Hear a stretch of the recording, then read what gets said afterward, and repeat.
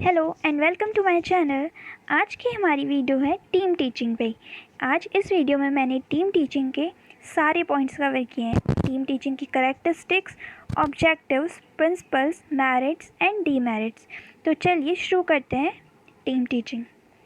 According to David Warwick ने एक statement दी है या डेफिनेशन कहेंगे, team teaching as a form of an organisation in which individual teachers decide to post resources, interest and expertise in order to devise and implement the scheme of work suitable to the need of their pupils and facilities of their school। Actually में अगर हम simple language में कहें तो team teaching इस तरह की teaching है जिसमें एक ऑर्गेनाइजेशन है जिसमें कुछ टीचर्स को कुछ स्टूडेंट असाइन किए जाते हैं और उस ग्रुप में एक से ज़्यादा टीचर्स होते हैं और उनको साथ में उस ग्रुप ऑफ स्टूडेंट को पढ़ाना होता है। तो इस तरह की टीचिंग को हम टीम टीचिंग कहते हैं। अब इसके कैरेक्टरिस्टिक्स जानते हैं। कैरेक्टरिस्टिक्स में पहला है टू और more teacher participate in the teaching. जैसे कि मैंने अभी आपको बताया टीम टीचिंग है, टीम है तो यानी कि उसमें एक से ज़्यादा टीचर्स पार्टिसिपेट करते हैं। It is based on cooperation, यानी कि एक साथ काम कर रहे हैं तो उनको कोऑपरेटिवली काम करना होता है। All the teachers participating in the team teaching applied their resources, ability and experience. हर कोई अपने रिसोर्सेज, एबिलिटी और एक्सपीरियंस को जब पढ़ाता है तो उसको यूज़ करता है। All the involved teacher plan teaching cooperatively and execute it. Next is evaluation is also made on cooperative basis. Next, its aim is to make the teaching learning effective. ये सब इसीलिए हो रहा है कि हम teaching learning को effective बना सकें। The need of the pupils and school and exist in resources are also considered, यानी कि बच्चे, स्कूल और जो भी रिसोर्सेज हैं उन सभी को कंसिडर किया जाता है इसमें। The entire responsibility does not fall on one teacher only but it is shared by others too। यानी कि इसकी रिस्पॉन्सिबिलिटी सिर्फ एक टीचर के ऊपर नहीं होती है बल्कि इस रिस्पॉन्सिबिलिटी शेयर की जाती है। इट्स प्लान इज़ फ्लेक्सिबल, यानी कि जो इसका प्लान है वो फ्लेक्सिबल होता है। ये एक इंस्ट्रक्शनल स्ट्रेटजी है। Planning is shared with teachers with each other their own skill area to the whole group। तो ये थी हमारी कैरेक्टरिस्टिक्स ऑफ टीम टीचिंग। अब हम पढ़ते हैं objectives.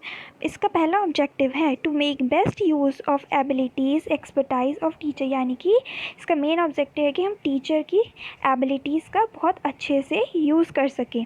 To make a classroom teaching effective according to interest and capacity of the pupil, यानी कि बच्चों के हिसाब से ही हम क्लासरूम टीचिंग को इफेक्टिव बना सकें उनके इंटरेस्ट और कैपेसिटीज़ के अकॉर्डिंग।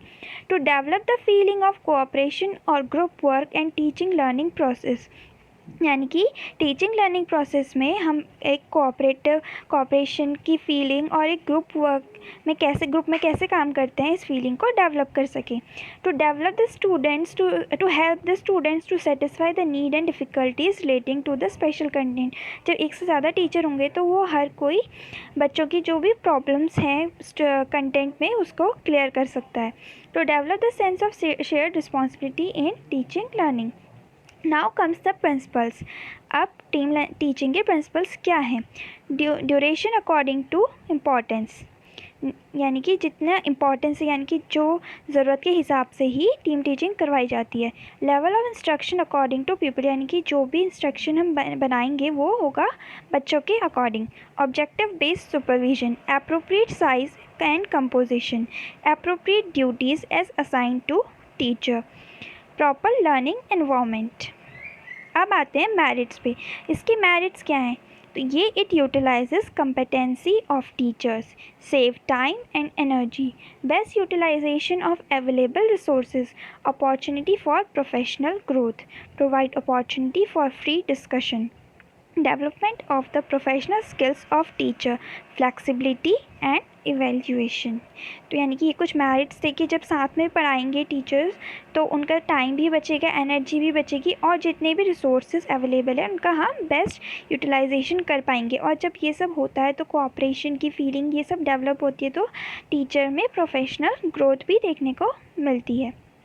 अब हम बात करते हैं डीमेरिट की। Lack of feeling of cooperative work. जब टीचर साथ में अगर काम कर रहे हैं तो हो सकता है कि उनके थॉट्स मैच ना हो, तो उनमें लैक ऑफ फीलिंग हो जाती है कोऑपरेटिव वर्क की। Costly in comparison to traditional teaching. अब आप कहीं भेज रहे हो या एक साथ टीचर काम कर रहे हैं, उतने रिसोर्सेज अवेलेबल करवाने हैं, तो ये थोड़ा सा ट्रेडिशनल टीचिंग के कंपैरिजन कॉस्टली हो जाता है। Lack of respect and regard among teacher. जब साथ में काम करते हैं तो हो सकता है कुछ ना कुछ क्लैशेस हो जाते हैं, तो इसमें क्या होता है, lack of respect and regard among teachers. Lack of research work in team teaching. कई बार होता है काम एक दूसरे पे टाल दिया जाता है, तो रिसर्च वर्क भी टीचर कम करते हैं। Lack of feeling of responsibility, यानी कि वो जो उनको काम असाइन किया गया है ड्यूटीज़, वो उसको उतने अच्छे से रिस्पॉन्सिबिलिटी को नहीं निभाते हैं। Diversification in views of teachers, यानी कि उनके जो टीचर्स के व्यूज़ हैं, हर टीचर के अलग अलग व्यूज़ होंगे, तो उसकी वजह से भी क्या होता है कि वो साथ में काम करने में उन्हें डिफ़िकल्टी होती है। Lack of flexibility, conflict between change and traditionalism, यानी कि थोड़ा सा चेंज होता है तो भी प्रॉब्लम्स आती है टीचिंग में। So that's all, thank you for watching. अगर आपको वीडियो अच्छी लगी हो तो like share subscribe. Thank you, bye bye.